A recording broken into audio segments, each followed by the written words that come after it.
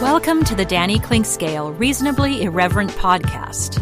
Insightful and witty commentary, probing interviews, and detours from the beaten path. Welcome to Monday Musings-Danny SportsWrap for this Monday. And hey, for the first time in a few weeks, the first segment of this particular podcast is going to be about sports and not life. Now, the other ones were kind of about sports and how we adjusted to sports and how we watch sports, or how we watch past sports, or how we watch virtual sports.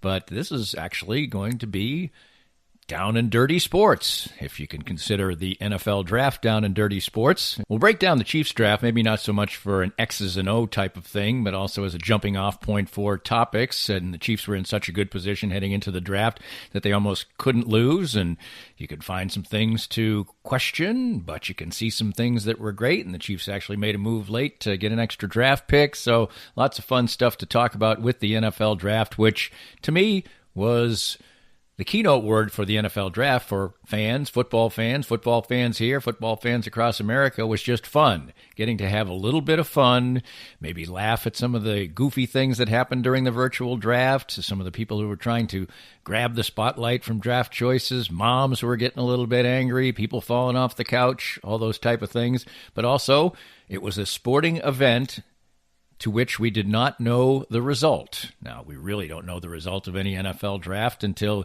years and years down the road, but we did not know who was going to pick this person. We didn't know who was going to pick this person. Well, maybe after Joe Burrow we didn't.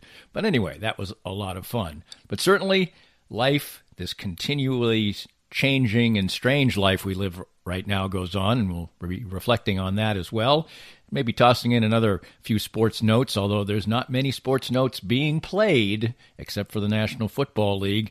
And more, we also think that maybe we are not going to be able to gather in a stadium to watch sports in 2020. Maybe those things will improve faster than we think. All those are part of Monday Musings, Danny SportsWrap. It starts next.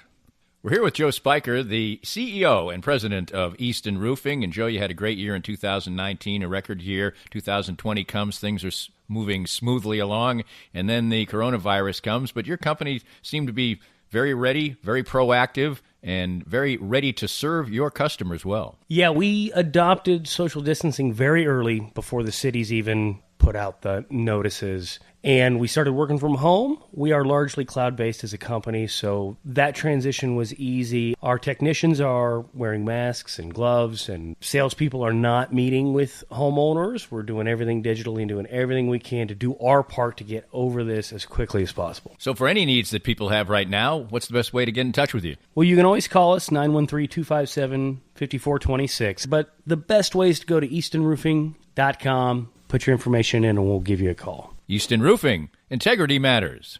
Cinematic Visions has been an affordable solution for professional media production in Kansas City since 2003, offering award-winning video production and creation, as well as a wide array of digital and social media management services. From planning, scripting, filming, editing, and post-production, to delivering your product to a watching world, Cinematic Visions will provide professional and affordable services for you and your business with the necessary return on investment to make it all worthwhile. Cinematic Vision's goal is to unlock the power of storytelling through video and a strong online presence for your company. Beyond the numbers, they want to inspire and evoke your clients to feel and act.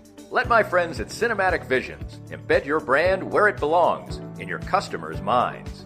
You can find them online at cinematicvisions.com or with a quick phone call at 816-600-6300. My friends at Advanced Sports and Family Chiropractic and Acupuncture are among the most accomplished and trusted clinics in the nation. Only one clinic has been rated in the top 5 in all 3 categories of chiropractic care, acupuncture, and rehabilitation, and that clinic is ASFCA. They have locations in Olathe, Overland Park, Prairie Village, Belton, and Lee Summit. Doctors Brad and Christina Woodle and their accomplished team of doctors and therapists will treat you like family, for the simplest of injuries to the most complicated conditions to avoid surgery. Whether you are seeking treatment for an injury or just looking to stay healthy and fit, this is the place for you. And it's been the place for me for almost 2 years now. I've been a strenuous daily exerciser for years, and as time goes on, that takes its toll. But regular appointments at Advanced Sports and Family Chiropractic and acupuncture have helped keep me ticking on, and even as the years pile up, their regular care has allowed me to keep to my regimen and feel great. If you want to feel the same, give them a call or visit them at asfca.com/Danny. They accept all insurances and are open Monday through Saturday, and make sure to mention that Danny Clinkscale recommended Advanced Sports and Family Chiropractic and acupuncture. If you'd like to join these and other great sponsors and market your business to a growing and engaged audience, contact us at danny@dannyclinkscale.com. Look forward to hearing from you. Welcome back, and are you ready for some football? Let's talk about some actual football, sort of. I mean, not the kind of football where I was watching a little bit last evening and watching a couple old Super Bowl films, but the thing that paves the way for football, which is the NFL draft. And, of course, this was a completely different NFL draft, and there were a lot of fun things for people to soak in. They got to go and see everyone's man cave and how they had things set up. I think on the whole, most GMs and coaches seem to me to be making a rather concerted effort to show more of a regular guy side of themselves. Now, that's a little more easy to do when you're down in the man cave and maybe there aren't windows and maybe you can't see out to this Olympic-sized swimming pool or something like that. There was a little bit of that, but for the most part, people were hunkered down in a basement, maybe some nice furniture or some good sports memorabilia, but I think there was like I said, I think a concerted effort not to be ostentatious. I think that went from the commissioner on down. For a man who makes upwards of $50 million a year, it kind of looked like an ordinary old man cave that he was broadcasting from. Some of the things that were done during that were pretty goofy, with multiple screens of fans and virtual hugs and virtual high fives and regular chops and things like that. But I think that all created some of the fun that sports fans got to have this particular weekend and not try to just make things up. I'll talk in the second segment about making things up and watching things that are made up. But anyway, let's go pick by pick with the Chiefs NFL draft, because that's what most people care about, and not like I am Mel Kiper Jr., but each individual pick raises some things that create interesting talking points. First pick for the Chiefs, of course, 32nd pick, running back Clyde Edwards-Helaire. And I think the overriding thing that comes with this is, first of all, he looks like a good football player and sort of I saw Maurice Jones-Drew, I heard Darren Sproles, but that type of player where you want to get him out in space, very shifty but yet powerful, 5'7", 207 pounds. It's almost amazing. If you walked up to an average person on the street and they were 5'7" and 270 pounds, they would be a fat person. There's no question about that. But for a football player, not the case. And so he's obviously a good football player, but to me, the major talking point about this one is he was the first running back taken.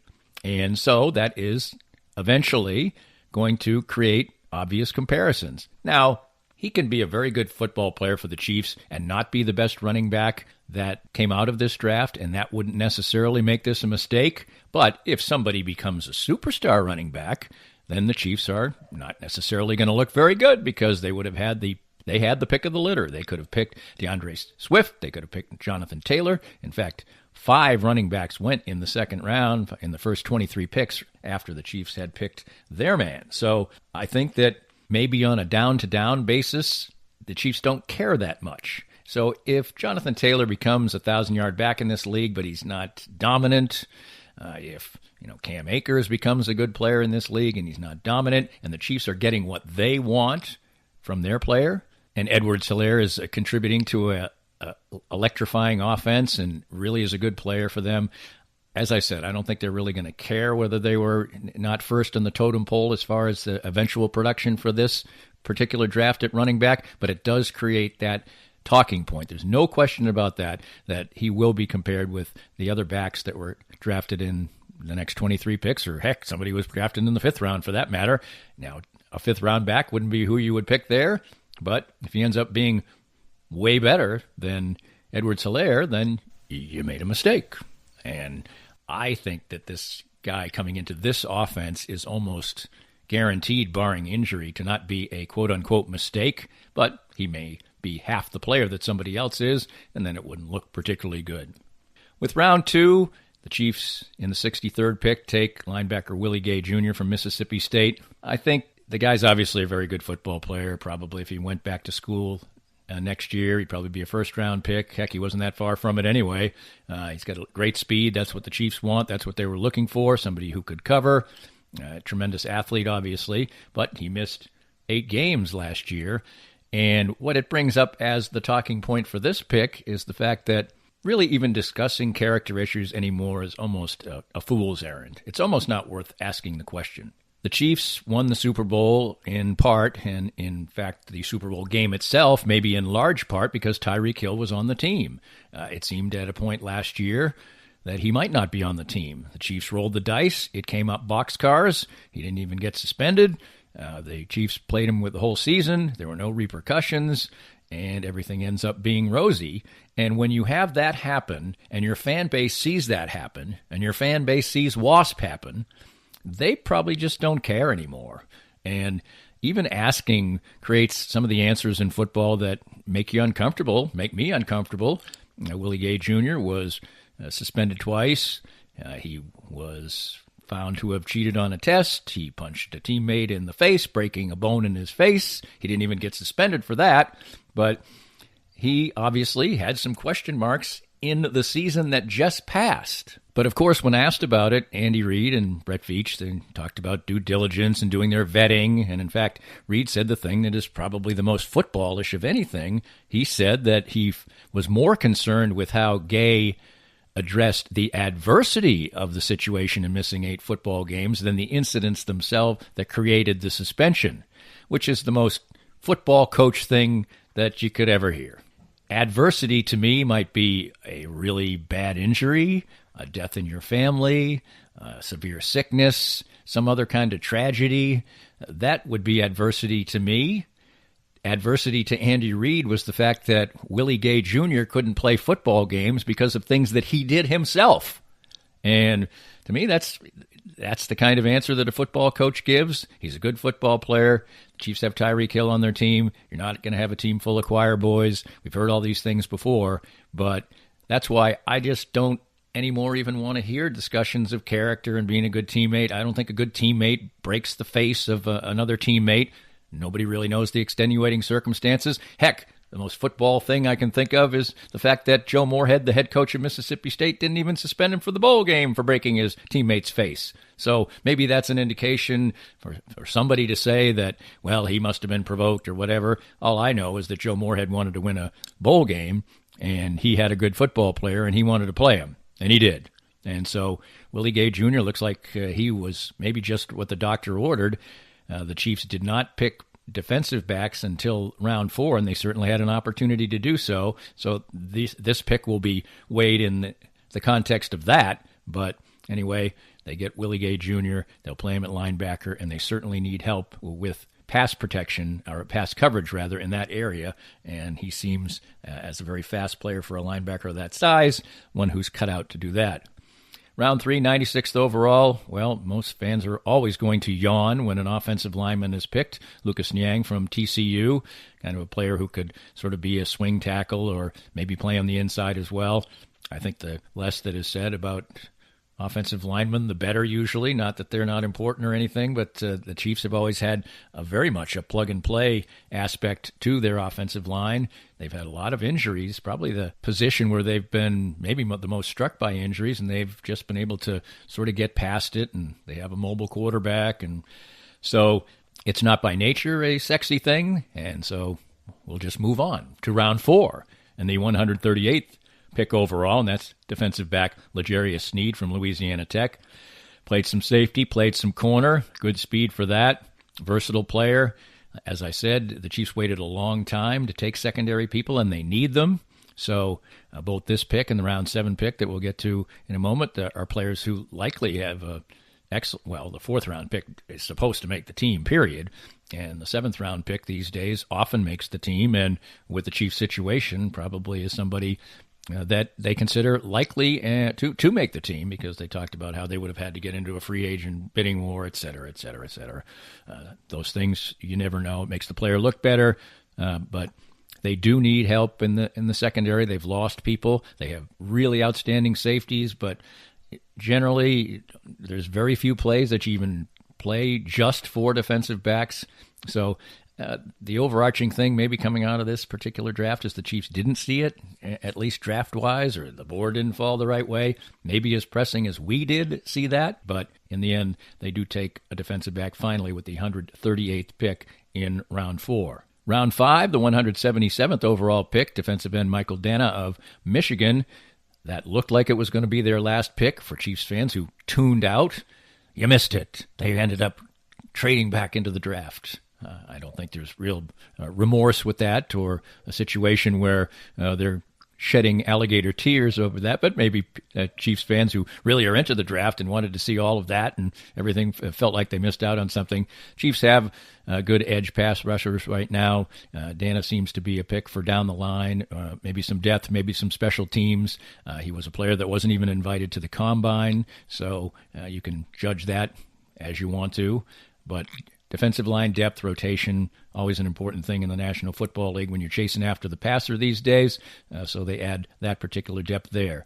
And then, who wouldn't want a player on your team named Bo Pete? I mean, well, his name's really Thacarius Keys from Tulane, a football player who didn't start playing football until his junior year of high school. And he went to Tulane, and a versatile player with good speed. Certainly somebody who the Chiefs were talking about being someone who will be a factor immediately on special teams, and then maybe down the line could help in the defensive backfield. But clearly they felt like they felt the need to go back into the draft, give up some draft capital. They got a 7th-round pick, and they gave up a 6th-round pick. So it's something that obviously they wanted to do. They saw some urgency there, and they trade back into the draft for the 237th overall pick for, let's hope he makes the team. So we have Thacarius Bo Pete Keys on the Kansas City Chiefs. And finally, I think we should just eliminate, and Keys and the comments the Chiefs made about him really emphatically sort of backs this up. On the crawl on ESPN, subsequent to the draft on Saturday and Sunday and today, you saw that so-and-so, I forget his name now, I should have it, but it doesn't matter to me, especially if he's supposed to be Mr. Irrelevant. Well, anyway, somebody was tabbed Mr. Irrelevant as the last player drafted in the National Football League. This should go. I don't know, maybe the guy makes a few extra bucks because he's Mr. Irrelevant, but when you have 7 rounds now, and a lot of times, or sometimes, almost an entire draft class makes the team. I don't think the Minnesota Vikings' whole draft class will make the team because they had 15 picks in the draft. But when you hear that there's going to be a bidding war for a player like Bo Pete Keys, then you can't call a person who was drafted Mr. Irrelevant. It doesn't make any sense. When there were 12 rounds, when there were 19 rounds, when there were 40 rounds, that's when you call somebody Mr. Irrelevant, but not when there are 7 rounds and guys are going to have offers from multiple teams and maybe get more signing money than the people who were drafted in the 7th round. And when you get to the 7th round, I would say if you're a good football player who is somewhat highly rated, I think you wouldn't want to get drafted. Now, of course, right then, you don't know for certain that you'll be signed as a free agent, but you suspect it. And maybe you have far more leverage in that particular situation than you do as a round 7 pick. So I say, no more Mr. Irrelevant. I don't want to see it. I don't want to hear about it. Doesn't make any sense to me. Well, life still doesn't make a lot of sense in a lot of ways to us. We'll talk about the life things we often do on Monday, but wasn't it a pleasure for the first time in over a month to just talk about a sports topic in the first segment of SportsWrap for today?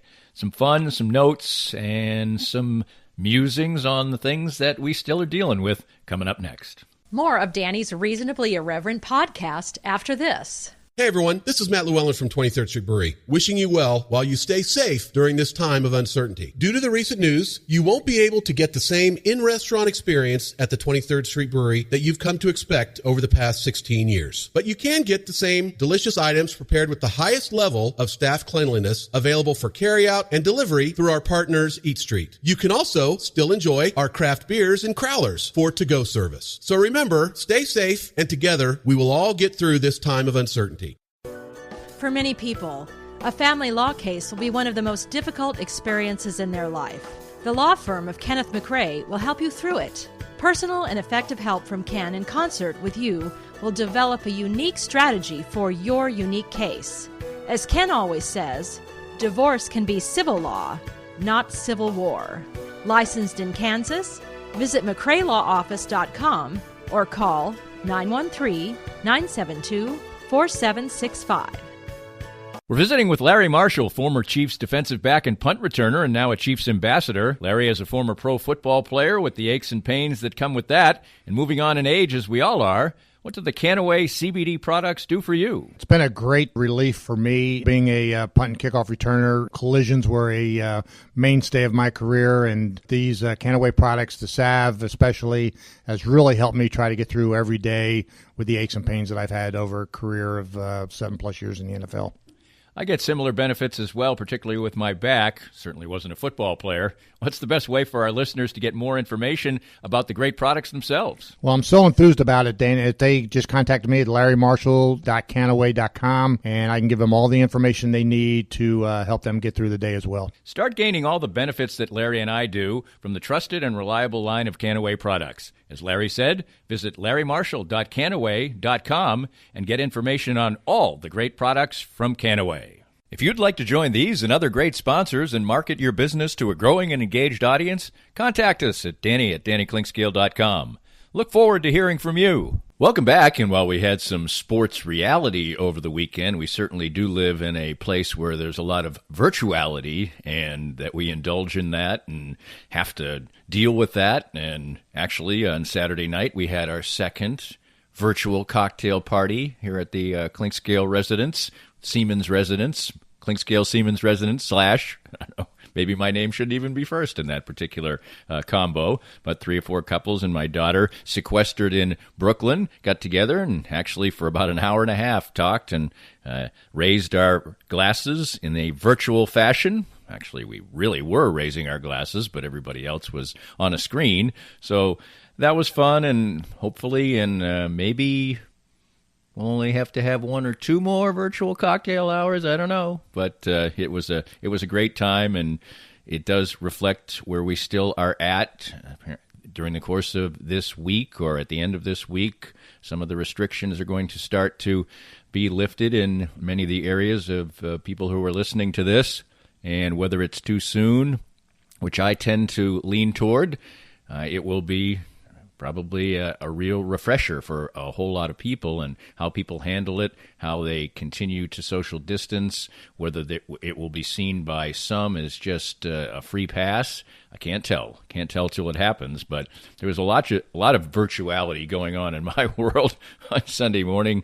I arose, got ready to do my workout, at which point on Sundays these days generally has meant watching hour-long specials about soccer games of the near past. Saturdays is reserved for long ago Premier League soccer games like 2000, 2004, 2009. I actually like those better. Those are a half an hour, and they reflect games and players in many cases that I didn't get a chance to see, so that's always been kind of fun.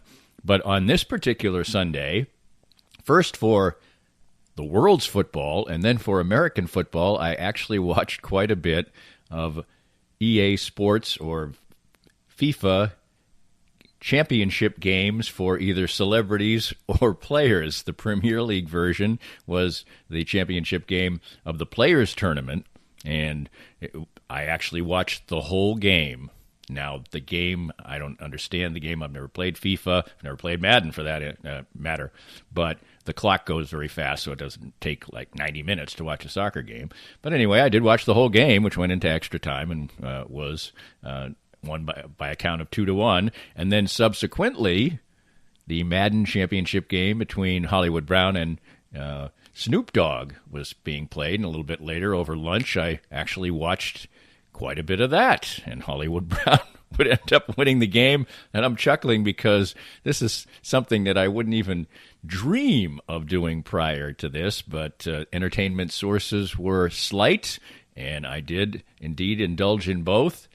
I don't understand the games. Like I said, I've never played them, which is going to draw more than grins and chuckles for people who are listening to this. So I don't know how the rest of the teams work when you're controlling one player or anything else, but they were somewhat interesting to watch. The football game, obviously, is from the back view, and the soccer game, in my mind, sort of replicates soccer a little bit better than the football game replicates football, but they were both entertaining, and Hollywood Brown gets some publicity. The only thing is, when players who actually play the sports are excelling at these games, you can't help but think that fans of the teams are thinking, boy, they've really gotten good at this particular game. Could they be using some of that time to get better? Well, the losing team in the finalists was Trent Alexander-Arnold, who's one of the best players in the world for Liverpool, so he obviously doesn't need any more time practicing his game, and Hollywood Brown obviously is certainly an accomplished player, so everybody has their free time, and they can use it as they want, and both of those guys certainly have used it to become excellent gamers as well.